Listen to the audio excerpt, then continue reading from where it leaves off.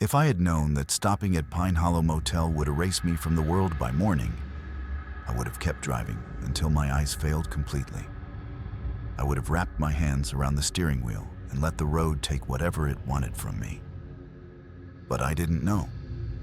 All I knew back then was that my phone was dead, my eyelids were burning, and the rain had turned the Appalachian Highway into a black ribbon with no end in sight.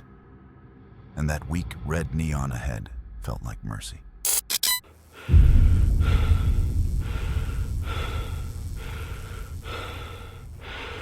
My name is Daniel Brooks.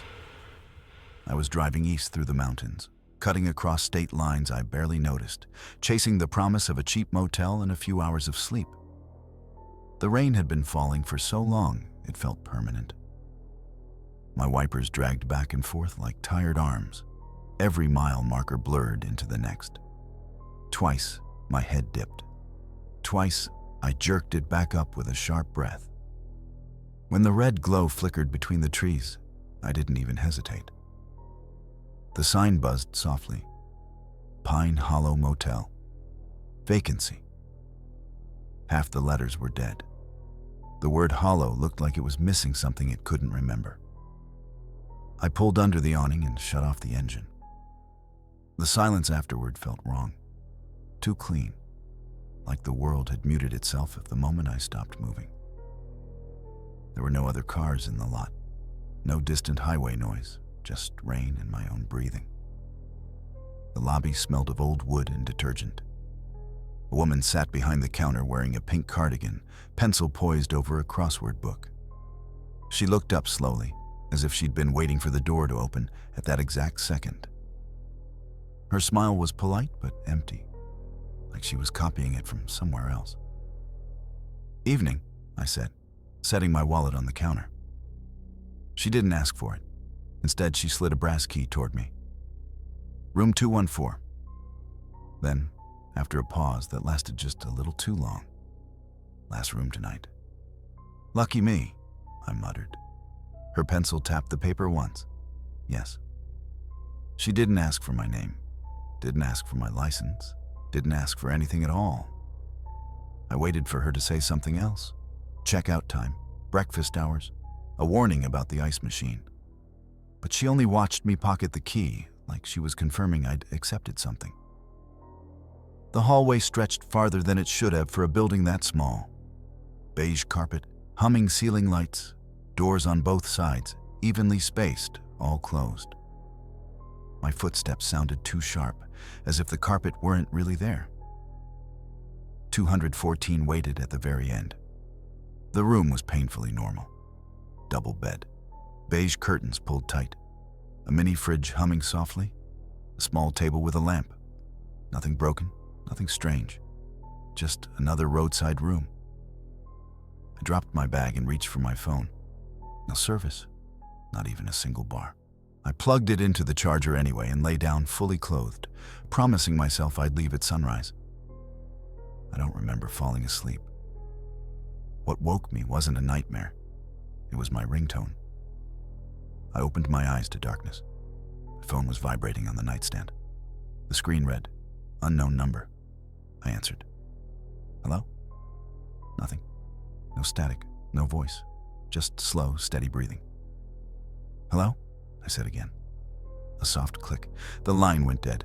I stared at the phone, my chest tight, as the wall clock above the TV clicked over to 12:19 a.m. I sat on the edge of the bed, staring at my phone long after the call ended. The screen stayed dark. The room looked exactly the same as it had a minute earlier, which somehow made everything worse. I told myself it had been a wrong number, a glitch, someone breathing into their phone in the rain. I even let out a short laugh that sounded fake the moment I heard it. Then the phone vibrated again. Same ringtone, same unknown number. I answered on the second ring. "Yeah?" Nothing. Just slow, steady breathing, like the person on the other end had the phone pressed too close to their face. "Hello?" I said. "Who is this?" The breathing stopped. Click. The wall clock shifted to 12:29 a.m. My stomach tightened. That wasn't random. The first call had been at 12:19, exactly 10 minutes earlier. I dropped the phone onto the bed and grabbed the landline receiver from the nightstand. "I need the front desk," I said automatically. There was no dial tone, no hum, no static, just silence. I pressed the hook a few times. Nothing changed. My phone buzzed again. I stared at it before answering, breathing.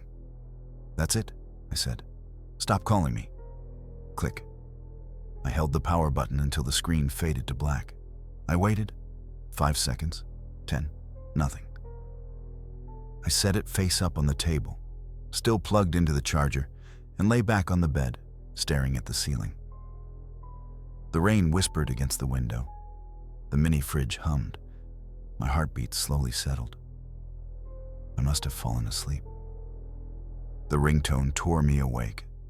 The room was pitch dark. My phone was vibrating on the table. The screen was still black. For a few seconds, I just watched it shake. I picked it up. The ringing stopped instantly. The wall clock read 12:41 a.m. My throat went dry. I pressed the power button. Nothing. "I'm done with this," I said out loud. I stepped into the hallway. The corridor looked longer than before, dimmer. One of the ceiling lights buzzed unevenly. My footsteps sounded too loud. At the far end, the red exit sign glowed above the glass door. I grabbed the handle and pulled. It didn't move. I pulled harder. Nothing. It wasn't locked. It just wouldn't move. I leaned closer to the glass. There was no parking lot outside, no rain, no road, just flat black darkness. My pulse hammered. The front desk sat in shadow. The woman was gone. Her crossword book lay open on the counter, pencil where she'd left it. Beside it sat an old rotary phone. I lifted the receiver. No tone. Behind the counter, the computer screen was dark. I pressed the power button. Nothing. My eyes dropped to the registration book. It lay open to a single page. Only one name was written there. Daniel Brooks. I looked at the wall of hanging keys. Every key was there, all except one, 214. I turned back toward the hallway. Every door was closed. I tried 213. It didn't budge. I tried 215. Oh, same thing. My pulse hammered as I walked back toward my room. And the moment I reached the door to 214, my phone started ringing again. The phone started ringing again the second I stepped back into room 214. Not loudly, not urgently. Just that same ordinary ringtone, like it belonged here. The screen was still black. No glow, no caller ID. My hand hovered for a moment before I answered. "Hello?" Nothing. Only slow breathing, then a soft metallic click, like someone carefully setting a receiver back into its cradle. The line went dead. The air in the room felt warmer than it had a moment ago.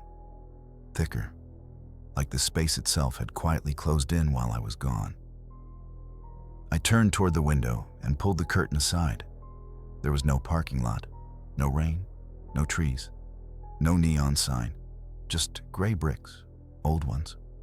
Rough, uneven, packed tightly together, like the outside wall of another building pressed directly against the glass. I knocked once with my knuckles.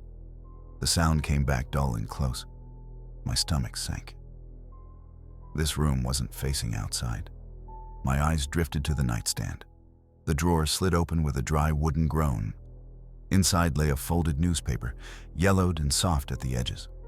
The headline made my chest tighten. "Man found dead in Pine Hollow Motel, room 214. The date beneath it read, March 7th, 1979. Today's date. The article named the victim, Robert Miller, 42, traveling alone, found unresponsive on the bed. Time of death, 3:17 a.m. Cause, unknown. That was the only thing that matched. Same motel, same room, same date, same time, but not the same name. I looked up at the wall clock above the TV. 3:06. My phone vibrated in my hand. The screen was still dark. The ringtone filled the room anyway. I answered it without thinking. At first, there was only silence. Then a voice slid through the speaker, low and wrong, like it didn't belong to any human throat. "Daniel." My grip tightened. "He will come for you at 3:17 a.m. The call ended. The room felt smaller. I backed away until my legs hit the bed. "Stop," I whispered. "Please." The clock ticked. 3:10, 3:11, 3:12. Every second landed too loud. I sat on the edge of the mattress, staring at the thin black hands. My mouth was dry. My heartbeat was steady in a way that felt unnatural, like it had already accepted something my mind hadn't. 3:16. The light flickered once. The door handle turned slowly. No sound, no force, just a smooth, patient rotation. The door opened. I never saw who stood there. I only felt a breath close to my ear, deep, calm. And then everything went dark. Morning light crept across the wet asphalt outside Pine Hollow Motel. A maid knocked twice on the door of room 214. No answer. She unlocked it. The lamp was still on. The phone lay dark and cold on the table. The wall clock above the TV was frozen at 3:17 a.m. The bed was neatly made, except for the man lying across it, motionless, eyes half open, skin pale in the dusty light. Downstairs, the registration book sat open on the counter. Its pages were filled with names. But the last line read, "Daniel Brooks, room 214. If this story unsettled you, leave a like and let the shadows know. Subscribe for more tales you shouldn't hear after dark. And if you've seen something you can't explain, tell us in the comments. We're always listening.